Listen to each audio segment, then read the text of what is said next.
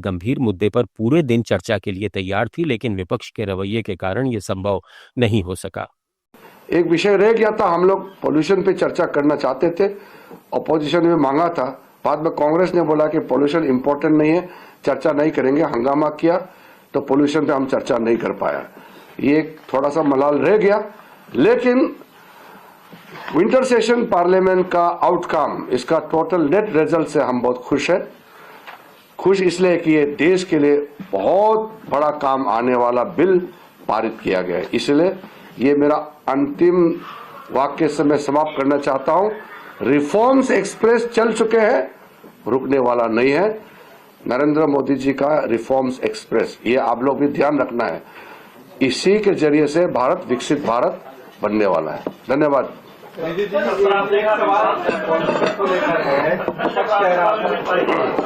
को लेकर है, विपक्ष कह रहा था कि वो लगातार इस पर चर्चा की मांग लगाया था हमने तरफ से भरोसा दिलाया। आप कह रहे हैं कांग्रेस पार्टी ने इस पर चर्चा करने से मना किया, क्या ये कह रहे हैं? देखिए, पोल्यूशन पहले दिन से सबने कहा कि पोल्यूशन पे चर्चा होना चाहिए, कांग्रेस ने भी मांग की। हम लोग ने फिर लिस्ट किया कि सारा लिस्टेड बिजनेस पारित होने के बाद पोल्यूशन पे चर्चा करना है, क्योंकि कोई राजनीतिक मुद्दा नहीं है, पोल्यूशन सब मिलकर के समाधान निकालना है। और क्या क्या काम किया वो भी लोगों तक तो बताना जरूरी है। तो 3 मेंबर, श्रीमती प्रियंका वाड्रा गांधी, श्रीमती कनिमोई और श्रीमती बांसुरी स्वराज, 3 मेंबर के नाम से एडमिट किया और लिस्टेड था।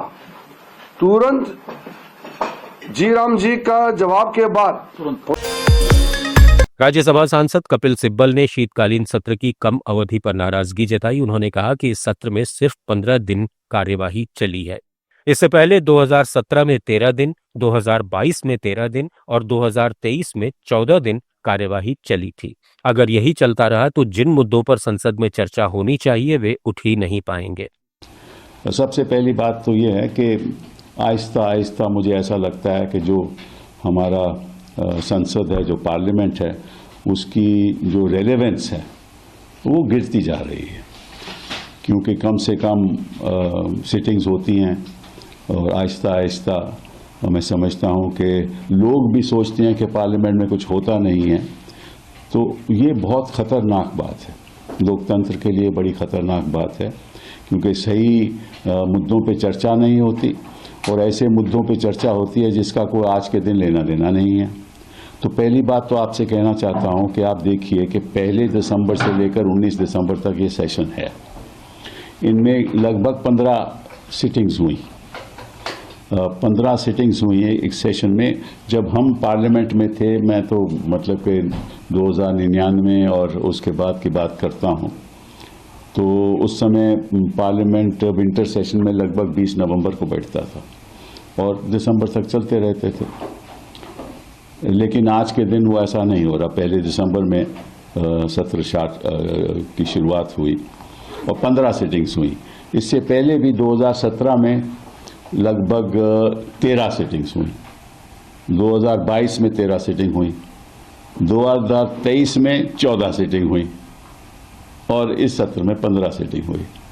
तो अगर ऐसे ही चलता रहेगा तो जो चर्चा होनी चाहिए पार्लियामेंट में वो चर्चा होगी नहीं, और फिर चर्चा नहीं होगी तो लोगों को जानकारी नहीं होगी। तो पहली बात तो ये है कि बड़ी दुख की बात है कि जो सत्ता पक्ष में लोग जो बैठे हुए हैं उनको पार्लियामेंट से लगता है कुछ लेना देना भी नहीं है।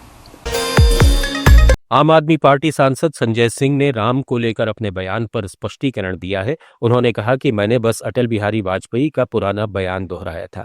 जब रामविलास पासवान ने कहा था कि उनके नाम में भी राम है, तब वाजपेयी ने यही जवाब दिया था। संजय सिंह ने कहा था कि राम के नाम में चरित्र होना चाहिए, वरना हराम में भी राम लिखा होता है।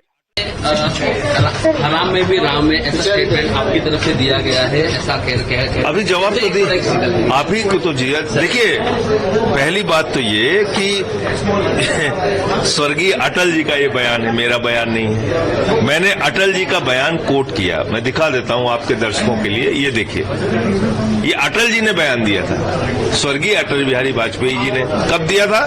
जब रामविलास पासवान जी ने कहा मेरे नाम में भी राम है, उसके जवाब में उन्होंने ये जवाब दिया था।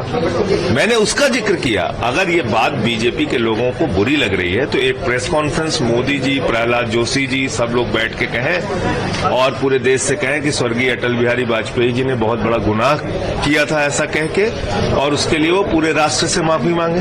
मैंने तो अटल जी का बयान कोट किया था।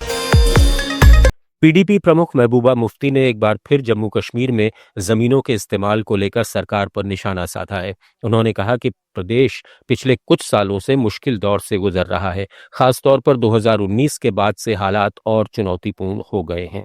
महबूबा ने कहा कि वे हाल में पुलवामा गई थीं, जहां गांव के बीचों बीच एक उपजाऊ जमीन पर अचानक सुरक्षा बलों के लिए कॉम्प्लेक्स बनाने का फैसला किया गया है।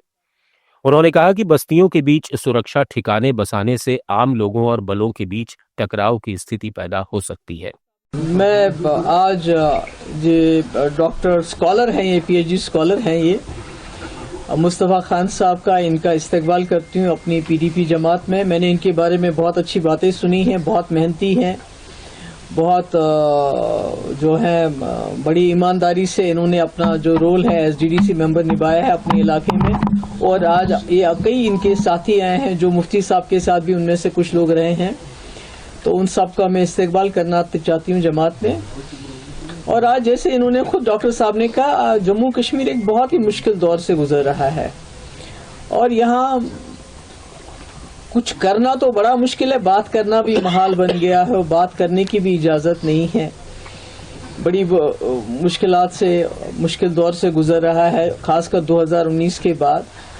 तो हमने कोशिश की है पीडीपी की जमात ने अपने हिसाब से कि कुछ ना कुछ हम लोगों के जो मसले मसाइल हैं, लोगों के जो खदशात हैं, लोगों के जो दिल में खौफ है, उसका किसी न किसी तरीके से इजाला कर सके। जिसमें आपको याद है कल मैं वहाँ पुलवामा गई थी और वहाँ एक गांव के बीचों बीच एक पहाड़ी है जिसपे इतनी ज़रख़ेज़ ज़मीन है जहाँ बादाम के पेड़ हैं, सेब के पेड़ हैं और कई सालों से कोई 100-150 साल से लोग जो है उसका इस्तेमाल कर रहे हैं।